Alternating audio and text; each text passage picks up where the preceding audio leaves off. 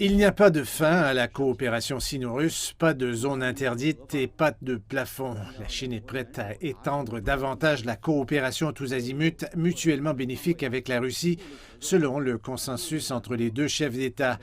La Chine travaillera au développement des deux parties et au partage des opportunités avec le reste du monde.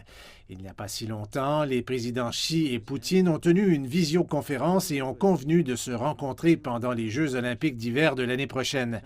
Nous pensons que la visite du président Poutine fera avancer l'héritage des deux dirigeants et stimulera l'élan du partenariat de coordination stratégique globale entre la Chine et la Russie vers une nouvelle ère.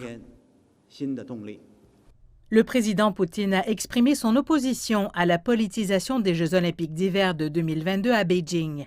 Il a pris cette position lors de sa conférence de presse annuelle.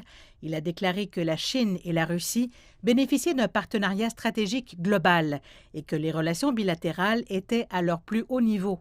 Le président Poutine a déclaré que Moscou continuerait à élargir ses liens avec la Chine dans les domaines du commerce, du changement climatique, de l'exploration spatiale et d'autres domaines.